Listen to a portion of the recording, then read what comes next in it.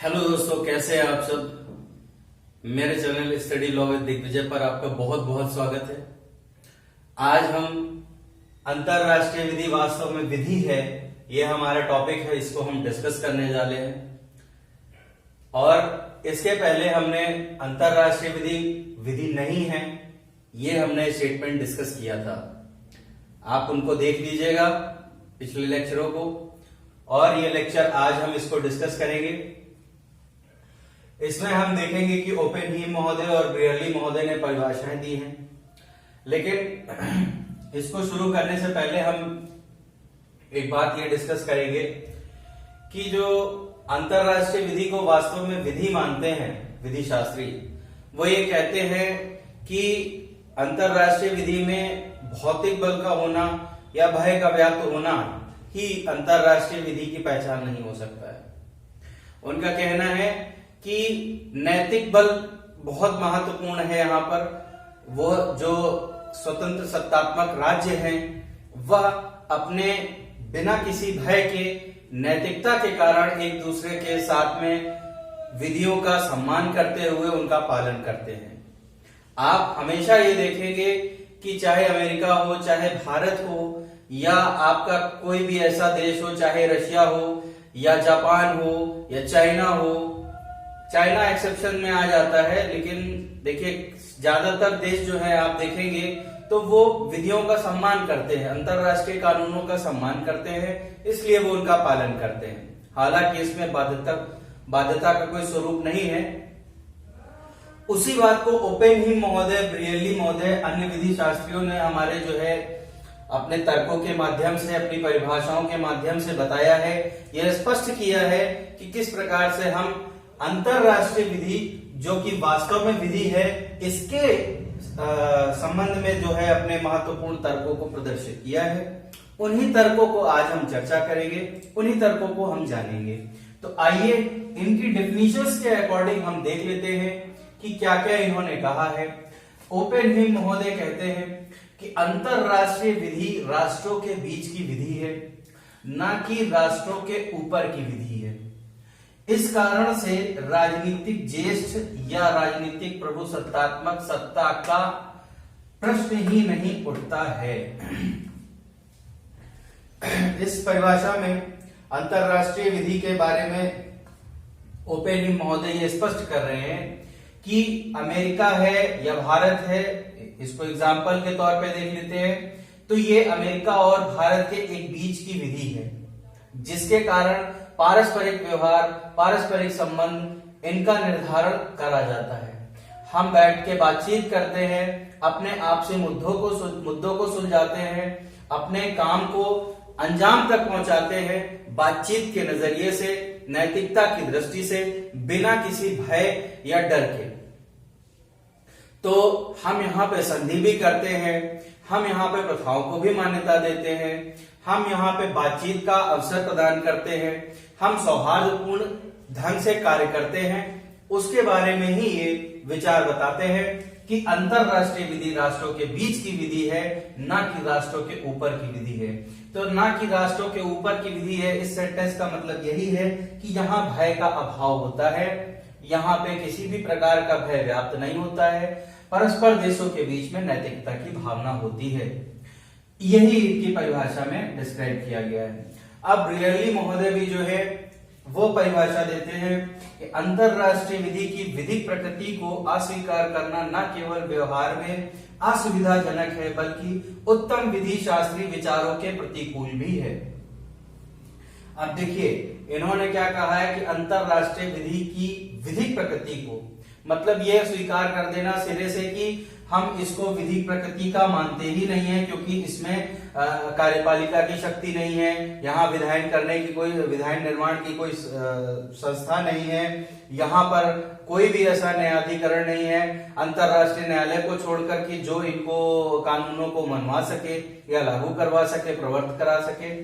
तो यहाँ पे ये कह रहे हैं कि अंतरराष्ट्रीय विधि की विधिक प्रकृति को अस्वीकार कर देना केवल इन तथ्यों के उसमें प्रकाश में कि ये तथ्य नहीं है या अनुपस्थित है, तो ये विधि नहीं होगी, ये असुविधाजनक है या अमानवीय मान लेंगे, इसको ये कह सकते हैं। कि हम इसको विधि नहीं मानेंगे, बल्कि उत्तम विधि शास्त्रीय विचारों के प्रतिकूल भी है।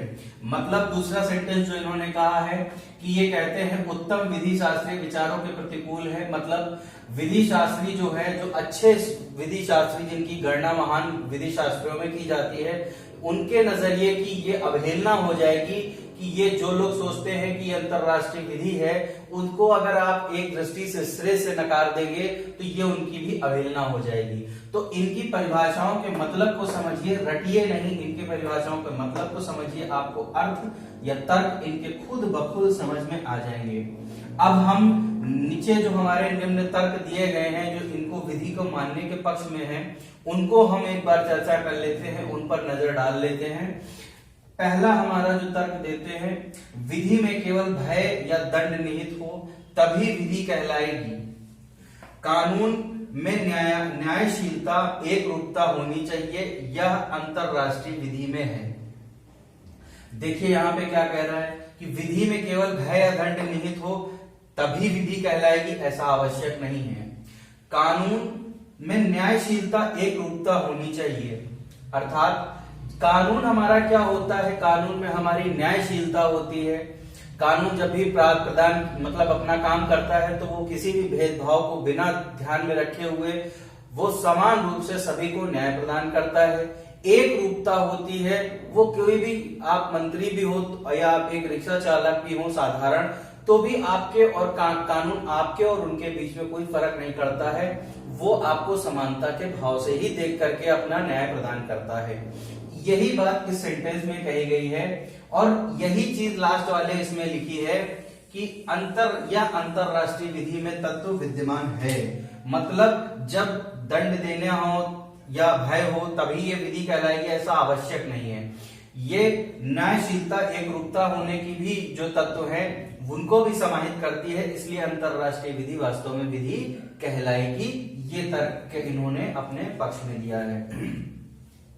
दूसरा हम सेंटेंस देख लेते हैं, अंतरराष्ट्रीय विधि को सभी राष्ट्र एक विधि के रूप में स्वीकार करते हैं। इन नियमों का पालन भौतिक बल के कारण नहीं, नैतिक बल के कारण करते हैं। मैंने अभी आपसे जब ये डिस्कस कर रहा था, ये मैंने ओपन विंग की परिभाषा, तो मैंने आपसे कहा था कि हम जब भी मान लीजिए जो हमारे कॉमन एग्जांपल है भारत और अमेरिका के बीच में जब भी कोई बात होती है तो हम ये कहते हैं कि ये अंतरराष्ट्रीय विधि जो है राष्ट्रों के बीच की विधि है, ना कि उनके ऊपर भय व्याप्त करने वाली, ना उनके ऊपर की विधि है। तो यही सेंटेंस हमारा जो नंबर 2 का है वो यही बात कह रहा है कि नियमों का पालन भौतिक बल के कारण नहीं बल्कि नैतिक बल के कारण करते हैं। मतलब हम अपनी नैतिकता समझते हैं कि हम भी दूसरे राष्ट्र को प्रेरित करें, आगे आने में उसकी मदद करें, आर्थिक रूप से, सामाजिक रूप से, जिस प्रकार से भी हम मदद कर सकते हैं, सामान का आदान प्रदान कर सकते हैं, वो सारे तत्व इसमें आते हैं, वो नैतिकता के वश में आते हैं, ना कि किसी भय के कारण आते हैं। इस बात को भी ये बात सेंटेंस अपना तर्क में प्रस्तुत करते हैं सेंटेंस 2 में। तीसरा जो हमारा सेंटेंस कहता है, कानून के उल्लंघन का जो भय होता है उस तत्व का पूर्ण अभाव भी अंतरराष्ट्रीय विधि में नहीं है। ऐसा अक्सर देखने को मिलता है कि राष्ट्रों के द्वारा कानूनों का उल्लंघन किया गया, लेकिन उल्लंघन इस बात को सिद्ध नहीं करता है कि अंतरराष्ट्रीय विधि विधि नहीं है। मतलब आपको सेंटेंस पढ़ के ही समझ में आ गया होगा कि इसमें कोई बहुत ज्यादा वैसा टिपिकल नहीं है। इसमें लिखा सीधा सीधा है कि अगर हम किसी चीज का उल्लंघन कर देते हैं, एग्जाम्पल के तौर पे आप ले सकते हैं कि आपका जब मन होता है आप बिना लाइसेंस रखे जेब में जो है आप अपनी गाड़ी से निकल जाते हैं और आराम से मौज करते हैं, बढ़िया से एक राइड लेते हैं और घर चले आते हैं। अगर पुलिस वाले अंकल मिल जाते हैं तो आप सोचते हैं बगल से निकल लो, कोई हमको डरने की जरूरत नहीं है। आपने वहां पे उल्लंघन किया कानून का, कानूनन रूप से आपको अपने सारे जो भी दस्तावेज हैं कानूनी, उनका साथ में आपको रख करके चलना चाहिए। अन्यथा जो अब व्यवस्था लागू की गई है भारत सरकार के द्वारा कि आपको डिजिटल जो है ऐप है उनमें भी आप उसको रख सकते हैं।